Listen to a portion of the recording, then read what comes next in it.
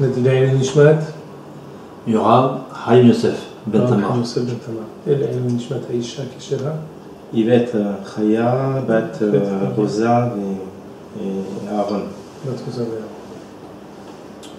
On doit faire. On avait commencé précédemment, on a quasiment terminé le Netiv Gimilut Hasadim, Netiv et Tzedaka dans le Maharal de Prague. On a mentionné plusieurs fois que lorsqu'on allait, qu'en fin de course, on allait faire un précis ilchatique sur les halachot qui ont trait à la Tzedaka ou les ilchot Maaser. J'aimerais faire une introduction aux ilchot Maaser Ksafim. On a une mitzvah qui s'appelle de donner 10% de ses revenus pour, justement, on va voir exactement pour quelle fin, on va dire, pour les aniyim. Alors on va essayer de se plonger dans... On sait déjà que cette mitzvah elle est ancestrale. Yaakov Avinu a dit Ve'echol ashatitelni aser a'aserenu lach. Il a dit à Yaakov Avinu, tout ce que tu me donneras, je prendrai la dîme. Et on sait aussi, au temps d'Abraham Avinu, Ve'itenno ma'aser mikol. Il était question de 10%. Mais Yaakov aussi, à un moment donné, il s'est engagé vis-à-vis d'Hachem. C'est ça. Yaakov, on voit que de tout temps, même avant qu'on ait cette obligation légale, de tout temps, on avait cette habitude de prélever pour les aniyim une partie, 10%. Également, alors ça c'est quelque chose de très important, c'est un midrash qu'on ramène dans Parashat Re'eh. Ce midrash dit la chose suivante. Echa Hashem at-tzedaka velanu boshet hapanim.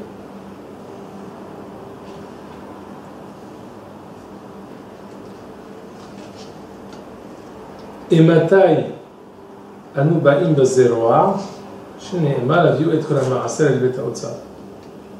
De quoi il s'agit?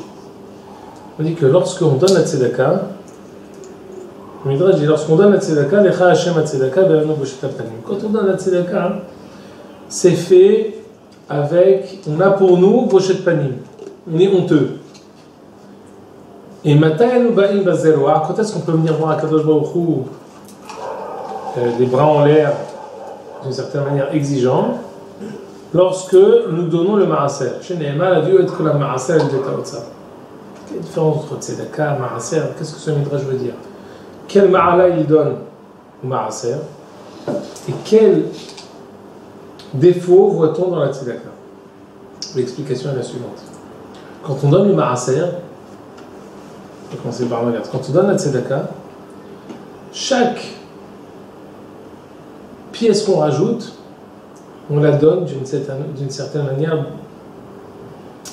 Par exemple, je vais vous donner un exemple. Quelqu'un, il nous demande une fois, on lui dit oui. Une deuxième fois, on lui dit oui. Et la troisième fois, on lui dit non. Pourquoi? Parce qu'à chaque fois, ça dépendait de notre bon vouloir.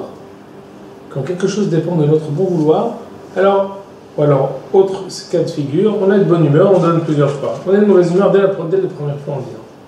C'est pour ça qu'il est arrivé un mauvais jour. Quelque chose qui dépend de notre bon vouloir, forcément on le donne moins, en tout cas, on le donne, on ne va pas dire on le donne de mauvais cœur, mais on ne le donne pas d'aussi bon cœur que si c'était quelque chose qui a été dû. C'est quelque chose qui est à nous, qu'on doit sortir de notre poche pour quelqu'un, on le donne, mais contraint et forcé.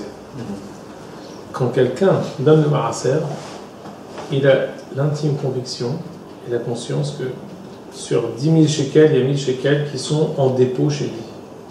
En dépôt, ils sont en transit. C'est jusqu'au moment où je vais les redistribuer. Alors, il a distribué, il a déposé chez moi 10% qui sont censés être redistribués à des fins de mitzvot. Ça, c'est d'ores et déjà, dans la tête, j'ai mon salaire, c'est quoi, c'est 9 000 shekels à utiliser. 1000 shekels, ils ne sont pas pour moi. Donc, la manière dont je vais le donner de telle sorte que je te rends ce qui t'est dû. je vais te donner ton dû. Toute, on va dire, la mauvaise humeur, on va dire la faveur que je te fais, de bien vouloir te le donner et le sortir de ma poche, là on l'a éliminé. On donne d'ores et déjà, c'est comme ça, et c'est avec cet état d'esprit qu'on doit donner le maraser. Le maraser, c'est une partie de notre argent que Akadosh Baruch Hu a, parmi nos revenus, Akadosh Baruch Hu a déposé 10% qu'on est censé redistribuer. Ça, c'est introduction au maraser. Maintenant, la mitzvah du maraser, c'est une mitzvah d'ordre de la Torah, d'ordre Midei Rabbanan, Minhag, les trois en même temps. La Torah. Asel et Tevatra. C'est écrit dans Ra'e. Dans Ra'e, c'est écrit. Très bien, mais là-bas, c'est une question avec une réponse. Là-bas, il est question des 10% de la récolte. Récolte, oui. Tevatra. Là, ici, je fais référence au Ma'aser Ksafim. 10% de tes revenus, c'est pas la même chose. À l'époque, c'est pareil. À l'époque, c'était la récolte. Parce qu'à un moment donné, Ramban dit tu dois donner 10 et tu peux monter jusque 20. Ah, on va y venir après. Quand est-ce qu'on peut rajouter? Très bien. Et là, je te dis, c'est d'ordre de la Torah, réponse. Il dit Ma'aser Ani.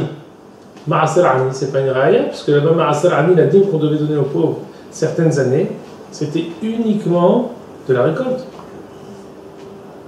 Réponse, Tosfot dit Aser te aser et kol tevu azaraecha et les rapports Ma'aser Ksafim. Il ramène un midrash qui dit et aser te aser et kol tevu azaraecha les rapports Ma'aser Ksafim, pour inclure, pour rajouter que sur la dîme de la récolte, on doit aussi donner 10% des revenus. Très bien, selon Tosfot dans Ta'anit Daftet. Mais cet avis n'a pas été retenu. Parallèlement à ça, il y a un Yerushalmi que le Gaon de Vilna ramène, qui dit Kabbed et Hashem me'onecha, c'est un passage dans Mishneh, Omereshit kol tevu atecha.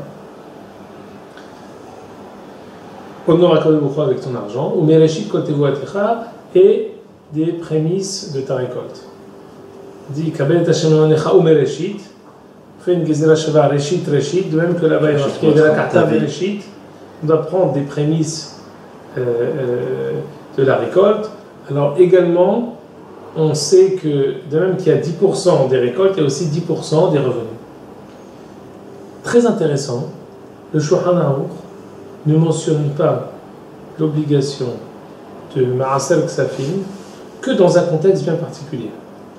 Pendant Siman Resh Memtet, Chod Tzedaka, on dit quelqu'un qui veut donner son argent en Tzedaka, s'il veut Midda Benonite, s'il veut donner quelque chose de moyen, 10%. S'il veut être généreux, 20%.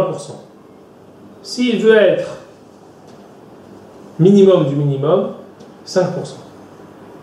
Mais il ne mentionne pas en disant il y a une obligation, il incombe à chacun de nous de donner 10%. Il dit si quelqu'un donne la tzedaka, alors s'il est généreux, 20, s'il est moyen, 10, s'il est limite, 5%. Dis d'abord qu'il y a une obligation de donner 10%, ou il y a une obligation de donner 10%.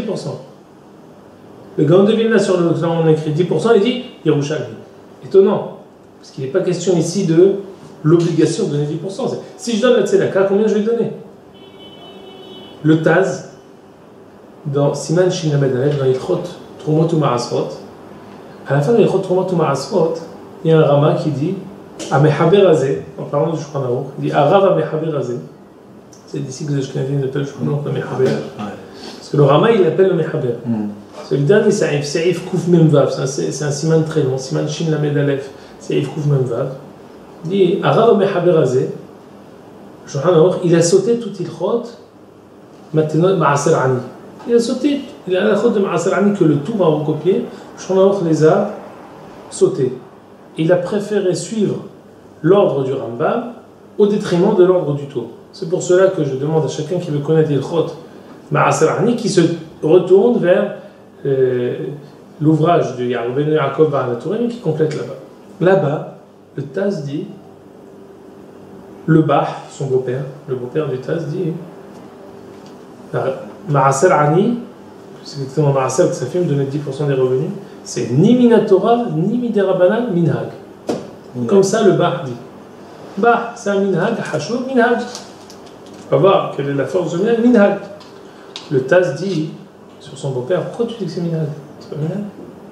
C'est un Hiyom Midei Rabbanan, il ramène le Beth Yosef dans Siman Tête, Reshon Aleph, qui ramène ce Yerushalmi. Il dit que c'est un Hiyom Midei Rabbanan, que Beth Hashem Yom Necham Ejikom, c'est un Hiyom Midei Rabbanan. Donc, est-ce que c'est un Hiyom Midei Torah? Tosfot Ta'anit Daftet. Est-ce que c'est un Hiyom Midei Rabbanan? Le Taz Bedarat HaShulchan Aruch. Est-ce que c'est un minhag?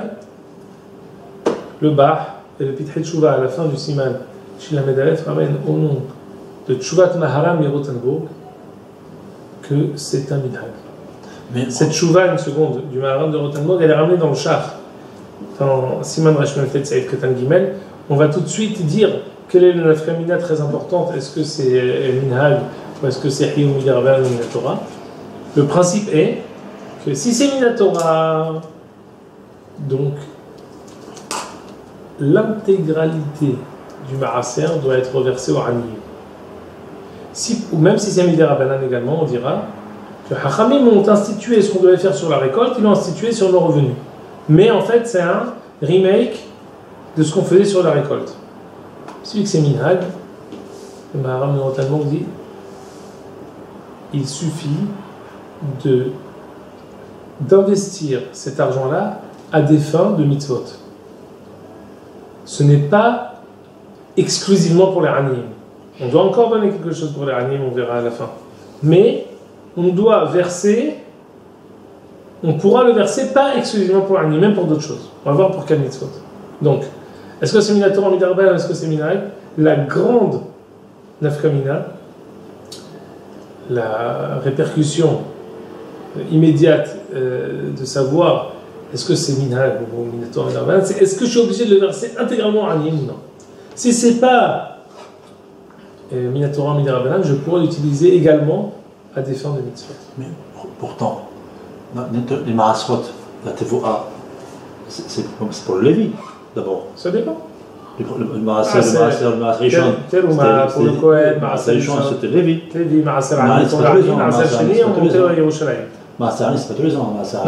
Non, 3-6. Voilà, donc si on répercute ça sur le Ksafim. Donc tu voudrais dire, on devrait faire ça que 3e et 6e année. Oui, si on veut faire. Ou alors on aurait fait ça aussi que en Eretz Israël. Non, Ksafim, non. Pourquoi pas? Ksafim, non. Bon, Ksafim, il faut généraliser dans le monde entier. C'est une bonne remarque. C'est une très bonne remarque. Mais, je veux dire, si c'est un élargissement de Maaser Ani, il doit être calqué sur Maaser Ani. Ça doit être que pour les Aniyim, c'est que en Eretz Israël, c'est que la 3e et la 6e année. Très bonne remarque. Malgré tout, on peut comprendre que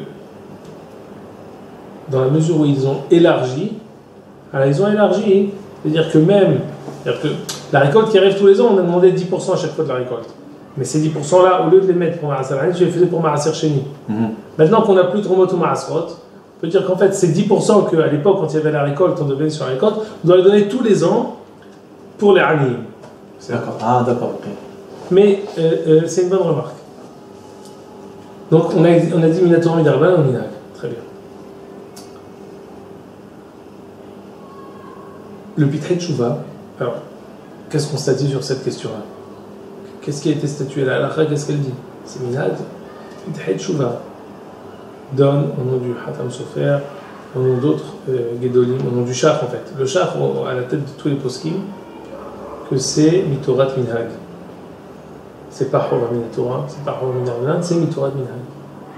Ça veut dire quoi? Ça veut dire que le Beth Din, il ne peut pas venir et faire une saisie des biens pour le Maaser. Pour la Tzedaka, par exemple, quelqu'un qui ne veut pas nourrir Hazé Shalom ses enfants, sur le Hiyuv, on va dire le Hiyuv qui a été expliqué dans la Gemara qu'à l'âge de 6 ans, on a une obligation légale de nourrir ses enfants. Quelqu'un dit non, je ne veux pas. Où il est parti, on saisit ses biens. La mitzvah de Tzedaka, elle est tellement forte que le Beth Din peut faire saisie de ses biens pour payer la Tzedaka, les maisonnotes de ses enfants, pour nourrir ses enfants. Est-ce que seulement quand il est là, même quand il n'est pas là, ça c'est des détails. Mais en tout cas, le principe il est sûr et il est clair. On fait saisie de ses biens pour accomplir un mitzvah de Tzedaka. Maaser, c'est pas ça. Maaser, il n'y a pas de saisie de Maaser. Quelqu'un qui ne veut pas faire sa médite Maaser, il n'y a pas de saisie. J'allais dire, c'est tant pis pour lui. C'est ça, il n'y a pas de kapara. Il n'aura pas cette mara-là. Si. En fait, il le prend sur lui pour ses revenus de l'année d'après, puisqu'en fait, on dit... Non, mais ça veut dire, c'est pas quelque chose qui est hobab moi. Ça veut encore aussi matérialiser cette nafkamina. Est-ce que c'est hobab? Quelle est la différence entre tzedaka et maaser ksafim? Tzedaka, maaser ksafim, ça peut. Tzedaka, fondamentalement, on fait une saisie de tzedaka quand le besoin se fait sentir. Mais maaser, non. C'est vadaï, c'est mitorat minag. Très bien. Maintenant, donc on a dit, ça a été statué par le Petah Tshuva que c'est mitorat minag. Malgré tout, le Keter Rosh, c'est un sefer qui ramène un agot de Rabbi Chaim Ivologine. C'est des Eitzot, des Marasim, des conseils, des Marasim Rabbi Chaim Ivologine, qui dit que celui qui fait, au nom du Gan Vinat, celui qui fait Maaser, Muftahlo Shalei Avolo Shum Nesek, on lui promet qu'il n'arrivera à lui aucun dommage. Et s'il fait 20%, Muftahlo Sheit Asher. S'il fait 20%, on lui promet qu'il s'enrichira. C'est vraiment le nom du Gan Vinat. C'est ce qu'on dit. Ah, c'est que c'est Asher. Maintenant, les poskim d'aujourd'hui conseillent fortement de donner Maaser. Pourquoi? Parce que en faisant Maaser, d'abord, le Shulchan Aruch aussi dit, ça n'existe pas, c'est une halakha dans le Shulchan Aruch, ça n'existe pas quelqu'un qui s'est appauvri de l'argent qu'il a donné à la tzedaka.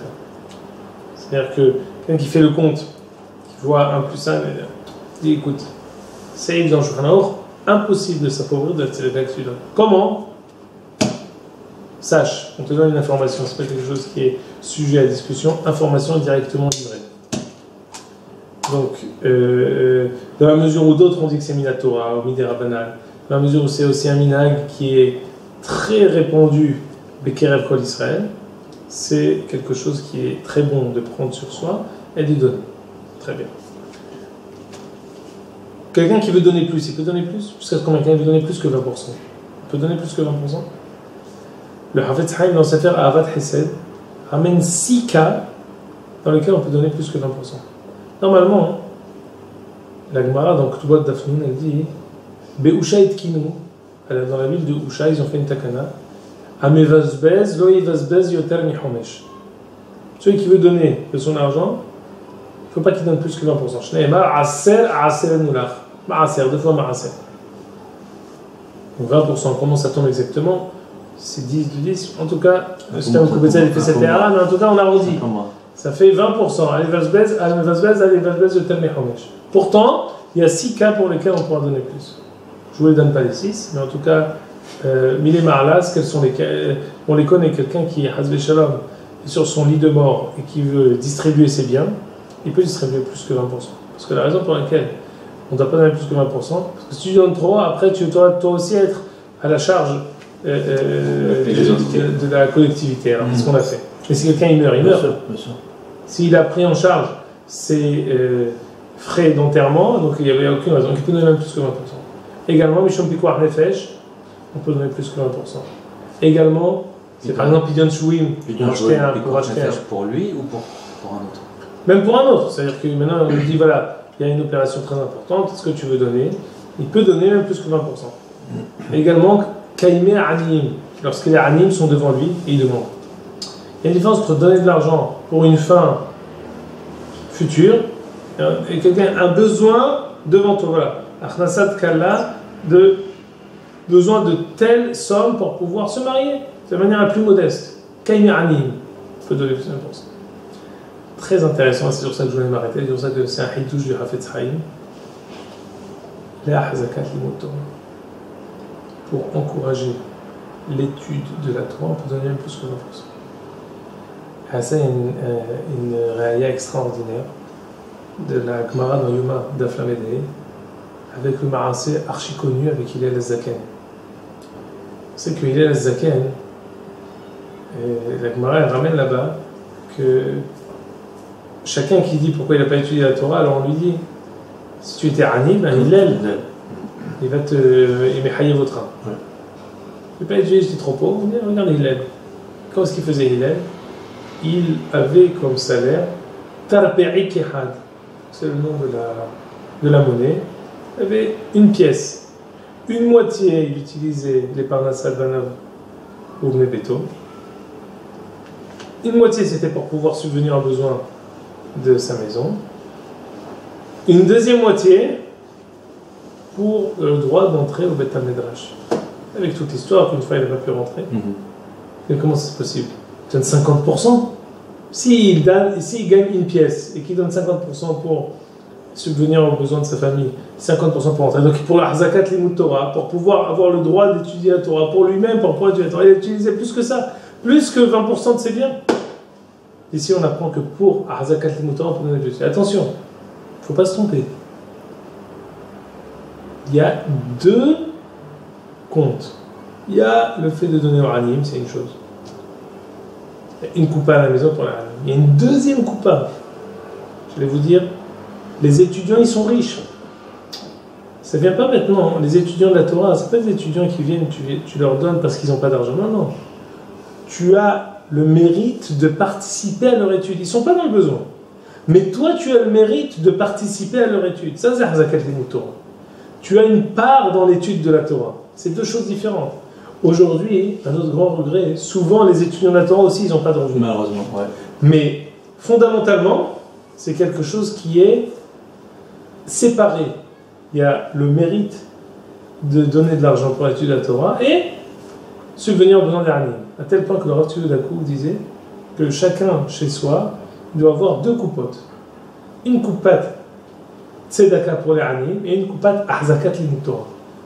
Pour ne pas se tromper, pour ne pas faire l'amalgame entre deux fins très nobles, alors on les sépare, on fait deux coupotes.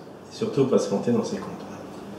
Et en fait, si on réfléchit, on commence maintenant à se faire de mémoire. Quand on arrive par Parashat Korach, on dit Alken Nohaya le Lévi Heneg Velachala. Alors, qu'est-ce qu'il a fait? Lévi, il n'a pas de terre. Il dit toujours les 12 tribus. 12 tribus, c'est Ménaché et Ephraim, ne compte pas Lévi dedans. Pourquoi? Parce que Lévi, il n'a pas reçu de parcelle de terre. Pourquoi? Hashem Nahalato. Quoi, il l'a puni, il va devoir aller, Bébet Agoranot, il doit aller de grange en grange pour recevoir ses revenus. En fait, il faut comprendre ça autrement. Kadosh Baruch Hu, parce qu'il aime Israël, parce qu'il aime tous les autres Shevatim, il a forcé Lévi à ne pas avoir de revenus propres. Pour forcer Am Israël à avoir le mérite d'être participant et associé actif à l'étude de la Torah de Lévi. Si Lévi pouvait subvenir à ses propres besoins, en fait, tout Am Israël n'aurait pas eu de halek dans son étude de la Torah. Il y aurait eu une sorte de comme une séparation. Si, j'ai plus besoin. J'ai pas besoin. Et Am Israël, il va pas avoir ce mérite d'avoir un halek dans l'étude de la Torah de Lévi, qui est lui le chevet qui a été nommé par Akadosh Baruch Hu pour enseigner la Torah. Qu'est-ce qu'il a fait Akadosh Baruch Hu? Qu'est-ce qu'il a fait Akadosh Baruch Hu? Il a fait t'as pas de nahala. Je vais forcer Am Israël à vouloir ses devoirs et avoir le mérite d'avoir une part dans ton étude. Tu n'as pas de parcelle de terre. Et Am Israël est obligé de te donner pour avoir le mérite d'être associé à ton étude de la Torah. C'est la même chose aussi avec Sachar et Zevulun. Sachar et Zevulun, c'est une Gemara qui, dans Masechet Sota, avec deux frères, associés pour donner une association pleine dans l'étude de la Torah. L'un subvient aux besoins de l'autre. Chacun fait un chesed à l'autre. L'un, le chesed de lui donner, l'autre, le chesed de recevoir. Je veux tout mon halek. Vous savez, c'est une question d'aller poskim. Quelqu'un dit écoute, quelqu'un veut faire avec moi Issachar et Zevulun, mais moi je ne veux pas faire moitié-moitié l'étude de la Torah. Je veux tout mon halek pour moi. Pourquoi tu veux que je fasse moitié-moitié avec lui? Il dit non, reçois. Donne-lui le mérite d'être associé à ton étude de la Torah. Le but, c'est que tout tout Am Israël et Helek Venahala dans l'étude de la Torah collective. Donc on a dit que pour l'étude de la Torah, on peut me donner plus que 20%. Très bien. Donc ça, c'est les cas où on a le droit de donner même plus que 20%. Pour quelle fin on a le droit d'utiliser le Maaser? D'abord, on va dire pour quelle fin on n'a pas le droit. Bonne question. Je vais acheter mes téfilines, mon tzitzit, mes parataminim, Ah bon? mes matzot. Interdit.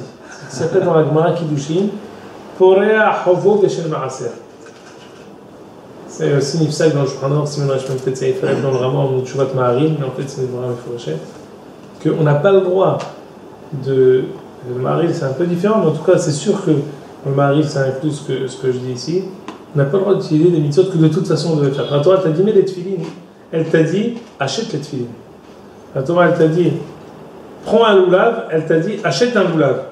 Donc je ne peux pas dire, non, je vais utiliser mon Maharil. Non, mais ça c'est. Quand tu te lèves le matin, hein, dans tes 10 000 shekels, 1000 shekels pour le Maaser, et les autres, d'ores et déjà, le mois de Tishri, dans tes 9 000 shekels, il y a un budget à Barat Minim. C'est comme ça. Tu t'es levé avec. C'est pas, tu vas pas maintenant pour les Ahov, tu vas pas payer tes dettes avec le Maaser. Cette dette-là, tu l'as déjà, d'ores et déjà.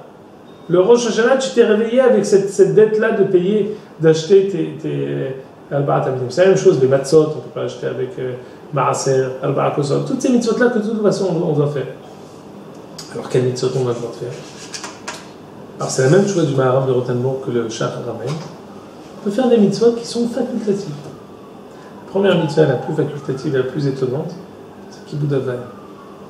Kibud Avaim, c'est la Gemara dans Kiddushin. La Gemara dans Kiddushin dit que on a l'obligation de faire Kibud Avaim. Mais pas de nos propres deniers, mais des deniers de nos parents. La Gemara pose la question, elle dit Kibud Avaim, Michel Mi, Michel A ou Michel Ben? L'obligation de faire Kibud Avaim, ça doit être de notre poche ou alors de l'argent des parents. La Gemara elle ramène des réayot et elle statue, elle dit Michel Av, ça doit être avec l'argent du père. Non, attention. Si quelqu'un veut faire de son argent, il va le prier. Pas question ici de dire attends, c'est que de ton argent. C'est sûr que s'il fait de son argent, c'est une mitzvah. Mais si on parle du hiyuv stricto sensu, qui est l'obligation de mitzvah de Kibud Avaim, c'est de quelle poche? De ma poche ou de la poche des parents? La réponse de la poche des parents. Celui qui est ragil un peu de mitzvah de Kibud Avaim saura que les parents, généralement, ce qu'ils attendent, c'est pas notre argent. C'est notre présence. C'est notre investissement. Souvent, des gens ils disent écoute, je te paye tout. Je dis mais je ne peux pas ton argent que je veux. C'est toi. Hamim, Yardou, et sauf d'Atam chez Bnei Adam. La Torah, elle sait quel est le vrai kavod. Le vrai kavod, c'est pas quelque chose qui est mis à sa faveur la hausse de l'argent. Tu donnes tes biens et tu t'en vas. Tu donnes de ton argent et tu t'en vas. Sur ça, la Gemara elle dit il y a celui qui fait travailler son père, Benohel, Hayya Olam Haba, et quelqu'un qui donne à manger à son père et qui va au Gehinam. Et comment? Je ramène. Quelqu'un dit à son père, donne à manger à son père et il lui donne pisioni, il lui donne le meilleur poulet, la meilleure viande, il lui dit mange et tais-toi. Il lui donne de ses propres deniers. Nohel Gehinam. Il y en a un autre où le roi il a décrété qu'il faut travailler. Et celui qui peut travailler, il a celui qui a la possibilité de travailler, il a une chose, et celui qui reste, il a autre chose. Il dit, écoute, je vais aller à ta place. Toi, va là-bas parce que c'est un petit travail.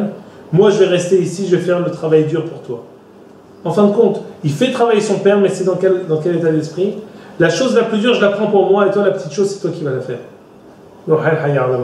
Pourquoi? Parce que la volonté et l'esprit de la mitzvah de Kibud Avaim, c'est pas de lui donner à manger, tais-toi. C'est le kavod profond qu'on doit avoir envers nos parents. C'est ça le vrai kavod.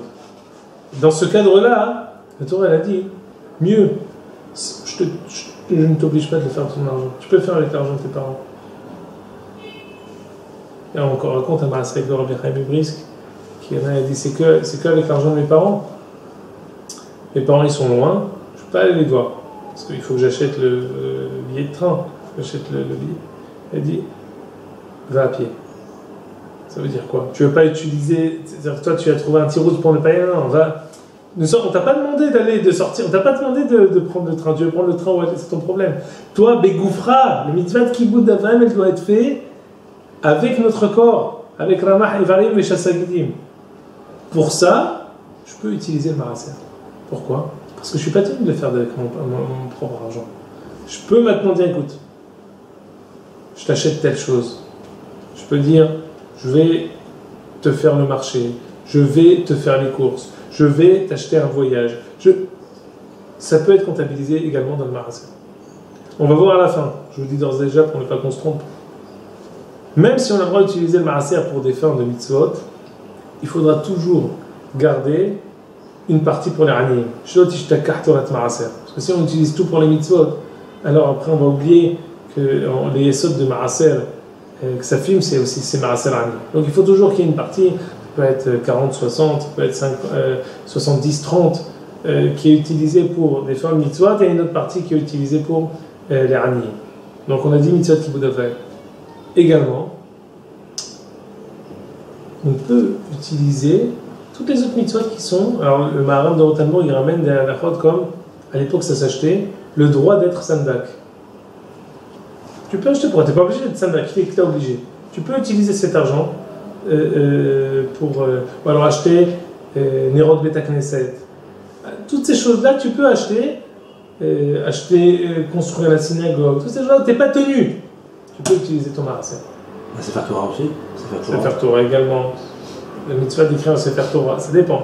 Si tu fais pour ta mitzvah d'écrire un Sefer Torah, ça dépend comment aujourd'hui on accomplit la mitzvah d'écrire un Sefer Torah. Si on tient comme le Roche, qui dit qu'on accomplit la mitzvah de Sefer Torah quand on achète des livres pour nous, alors on va dire qu'on a déjà accompli la mitzvah d'écrire un Sefer Torah.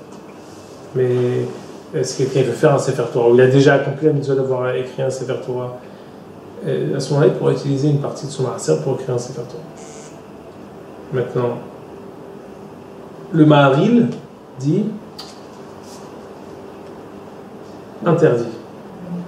La seule utilisation qu'on doit avoir pour les Maaser, c'est uniquement les Aniyim.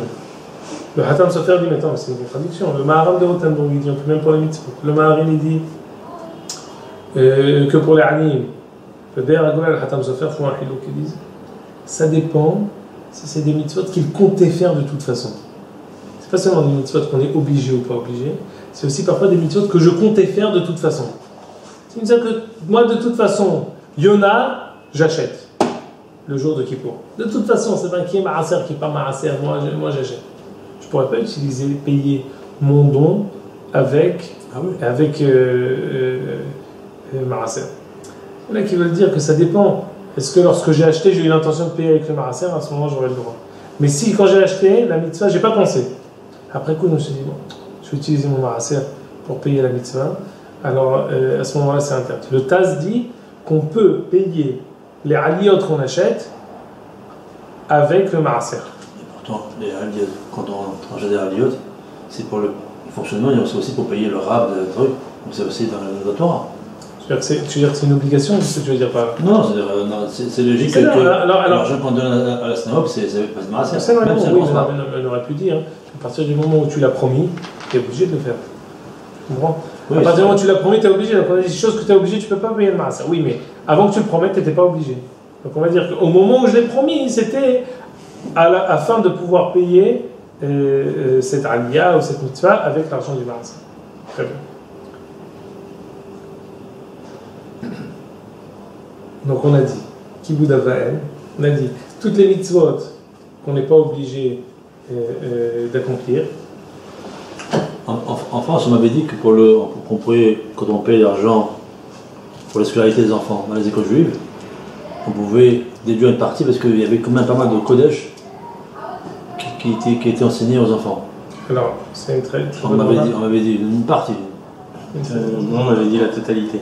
Non, parce que il y avait Boutrol, mais... Non, parce que c'était une école juive, justement. C'est ça, le rôle, tu l'avais de toute manière, tu n'aurais pas payé pour. Je sais pas, mais on a dit une partie. Après, il faut calculer, donc tu calcules... Je ne vais pas rentrer dans les détails, peut-être la prochaine fois on rentrera dans les détails. Mais... Au moment ici, c'est réglé. Mais non, ici, l'université...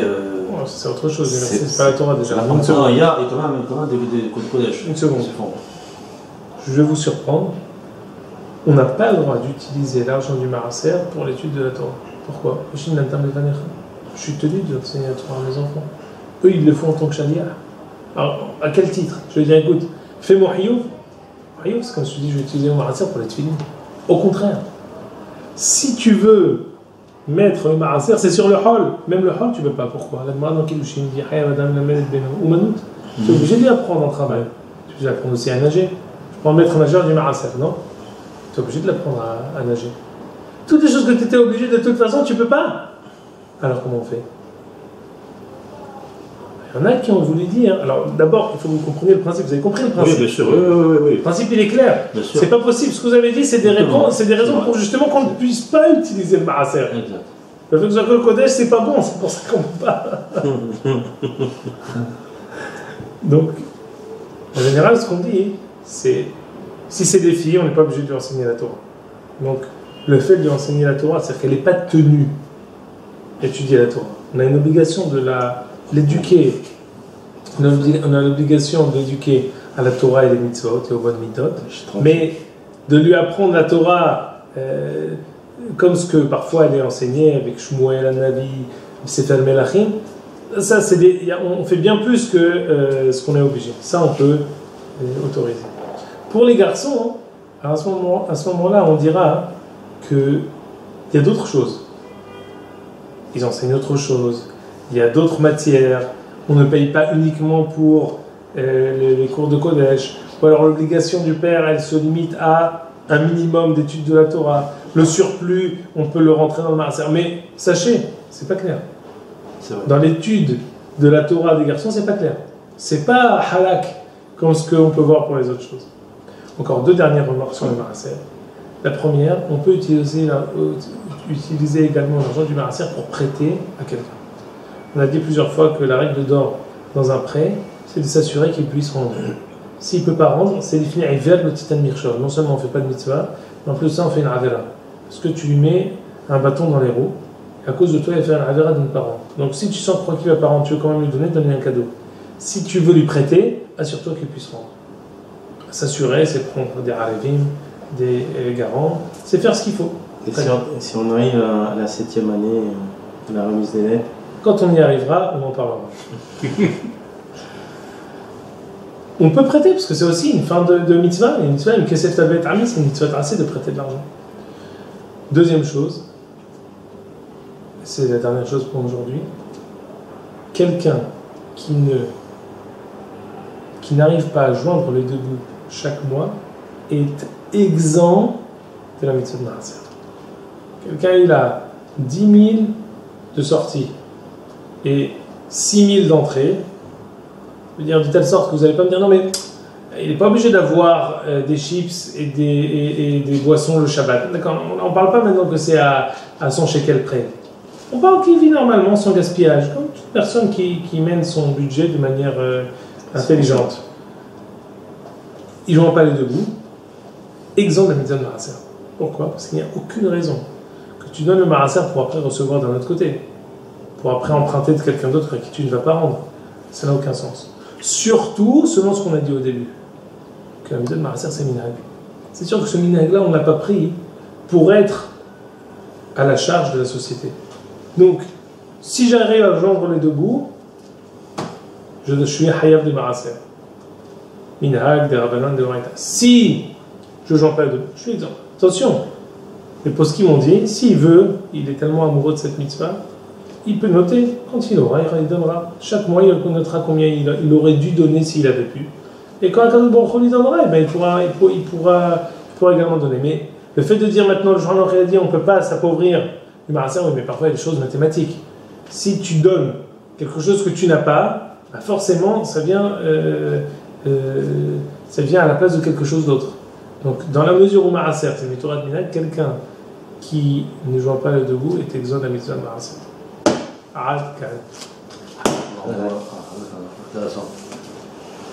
Non, mais c'est ça le problème. Moi, je connais cette Shmu'a-là qui dit que Maaser, les écolages. C'est pas clair. C'est pas clair du tout. Maintenant, d'un autre côté, hein, tu peux dire que quelqu'un qui ne joint pas les debout, les écolages en France, c'était tellement cher. Et tu vas lui dire quoi? Bien sûr que c'est son maaser. Pourquoi son maaser? Parce que ça fait tourner une école, ça fait tourner. C'est travailler les gens. ça travailler les gens. C'est bien plus encore que le fait de. 2, 3, C'est pas seulement le fait de payer l'enseignement de la Torah. C'est donner un cadre aux enfants. C'est de donner un endroit aussi même pour les autres qui veulent arriver dans l'école juive. C'est un Hessel Gadol avec tous ceux qui travaillent, tous ceux qui. Donc, c'est vrai. Si c'est ça, ou alors ne pas aller à l'école juive, alors c'est sûr que tu es le maaser. Pourquoi? Parce que c'est pas pire que si je t'avais dit écoute, tu joues pas les debout, ne donne pas le maaser. Parce que en finançant ça, j'arrive juste à joindre les deux bouts ou j'ai du mal à joindre les deux bouts. Très bien, ouais, c'est ça. C'est très bien. On arrive à ça. Mais c'est tellement cher. C'est pour ça. C'est que sans ça, tu joins les deux bouts. Oui, mais c'est pour ça que je t'ai dit. Mais sur la logique de la halakha, c'est l'inverse. Ouais, c'est vrai. Ouais, bien sûr. Sur la logique de la halakha, c'est l'inverse. Mais de manière effective, on peut. Pourquoi? Parce que sinon, comme tu dis. Parce que quand tu l'as financé, tu as du mal à joindre les deux bouts. Exactement. T'es ric-rac. Exactement. Non, je vois les deux bouts, tu sais, quelqu'un va toujours te dire oui, mais si. Chacun avec. Chacun sait. Partir en vacances une fois par an, ils n'ont pas de choses extravagantes. Donc, il n'y a rien. Non, toujours quelqu'un qui dit ouais, tu n'as pas les deux bouts. Ben oui, mais si tu pars pendant 2 semaines en vacances avec tes 6 trucs de famille, on ne rentre pas dans les comptes d'apothicaire. On est d'accord. Si quelqu'un peut donner que 5%. Tov meot. Non, il n'y a pas de. S'il peut donner 5% et il joint les deux bouts, c'est bien. C'est ça. C'est une bonne chose. Il peut donner moins. Il peut donner moins. Moi, il donne. Il donnera ce qu'il peut pour pouvoir au moins accomplir sa mitzvah de La vérité, c'est chacun en fonction de sa vraie conscience. Parce que tout le monde, au fond du fond, sait en fonction de qu'est-ce qu'il peut donner, jusqu'où il peut aller. Bien sûr. Voilà, après il y a les calculs humains et halakhiques qui sont là juste pour donner un chemin, une orientation.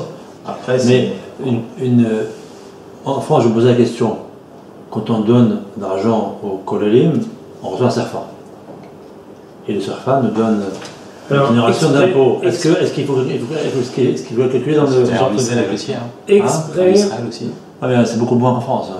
D'accord, mais exprès, j'en ai pas parlé, la prochaine fois on parlera de ça. D'accord. Est-ce que, quand le serfa il me revient, est-ce que je dois encore redéduire? C'est ça. Ou est-ce que non, ça a été donné, j'ai bien ajouté. Alors ça, on verra ça. Ça va toujours travailler, tout le monde. Toujours. Ah bah oui, tu travailles, t'es pas... Faudra un logiciel de maaser. Allez, c'est... Baruch atah Adonai Eloheinu melech haolam v'mechalech karnei azot v'yazot v'tzmetot v'majat v'tzmetot v'tzmetot v'tzmetot